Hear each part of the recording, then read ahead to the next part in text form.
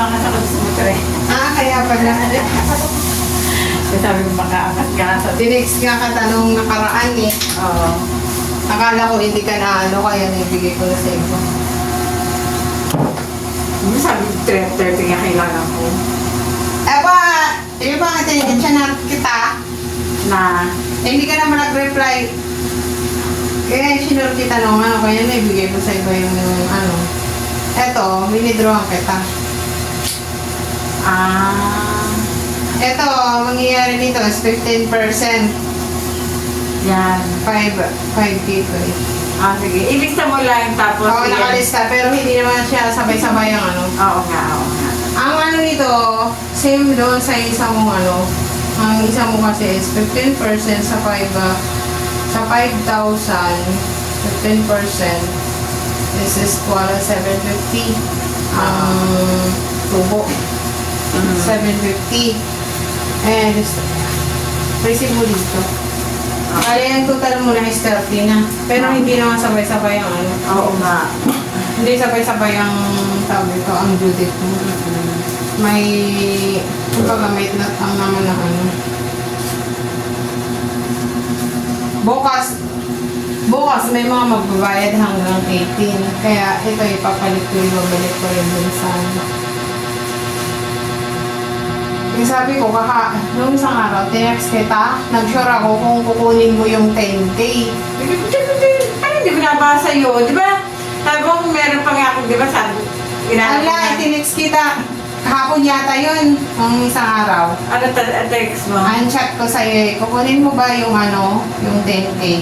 Pero hindi ko Kasi- nabasa yun. Ha? Hindi mo nabasa yun? Oo. Kasi kung nabasa ko yung kukunin ko. Kasi meron siyang, may isang 10,000 na hindi mo na kukunin kasi parang nilipat ng ano yung opisina, yung in-check. Sinabihan ako na kung mayroon daw mangungutang, ibigay ko na muna sa ano. Pero pupulited na siya. 3,000 na lang kasi yung balance nun. Kaya sabi niya, dapat itong ano sana, pag babayaran niya tapos kukuha siya ng 10,000. Kaso nanigurado siya na lilipat siya. Yung company na in-check, yung nag-ano siya eh, yung nag-ano ng parcel. Oo. Ngayon, sure siya, sabi niya gano'n, kapag na-stable na yung warehouse nila, saka na lang siya kukuha ng 10,000. Kaya sabi ko, hinahanapan ko ng ano yung, kumbaga, papalit doon sa kanya. Oo. Eh, tinext kita, wala kang reply. Hindi ko nabasa yun. Kung nabasa ko yun, kukunin ko. Kasi di ba sabi nga 30 nga yung kailangan ko. Oo, eh hindi ka nag-reply, nibigay ko sa iba yung 10. Kaya ito, 5,000.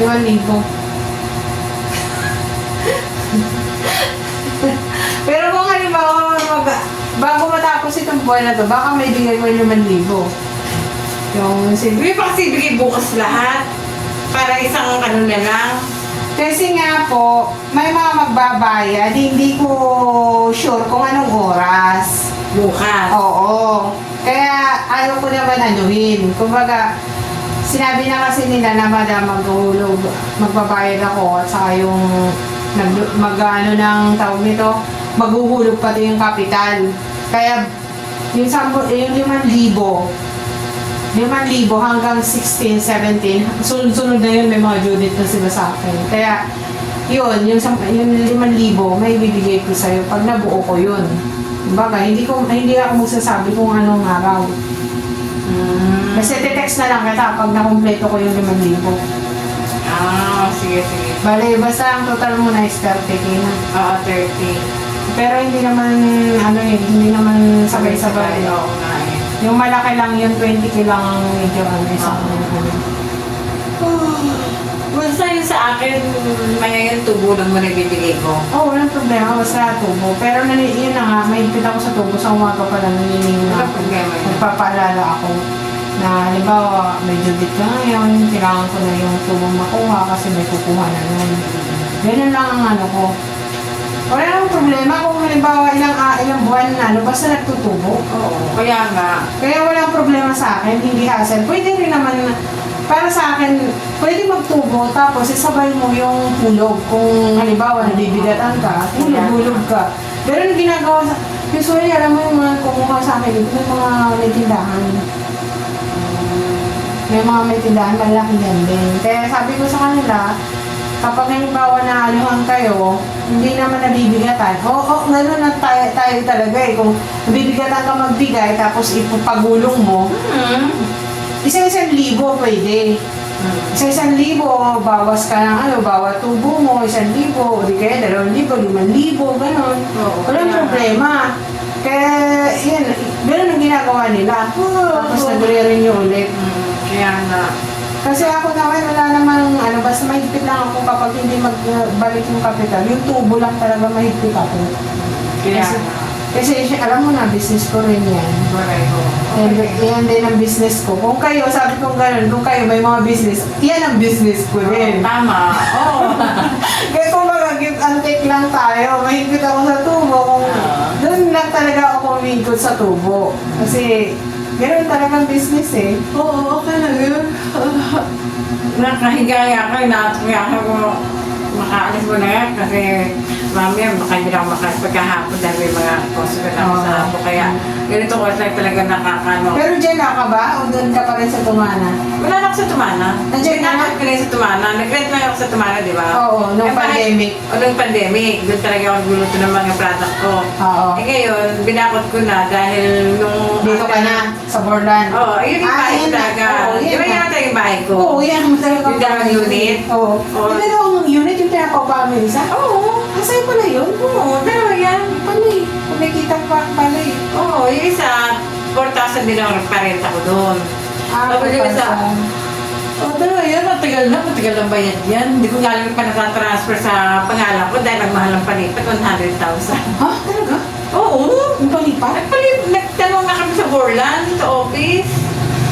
Ay, di ba sagot nila ng Borland yun? Hindi. Ano ba yun? Hindi In-house kasi- o bibig? Ano kasi, pag itong bayar mo. Oo, kaya yung dating owner, siyempre, tapos na yung title, okay na, sa kanila nakapangalan.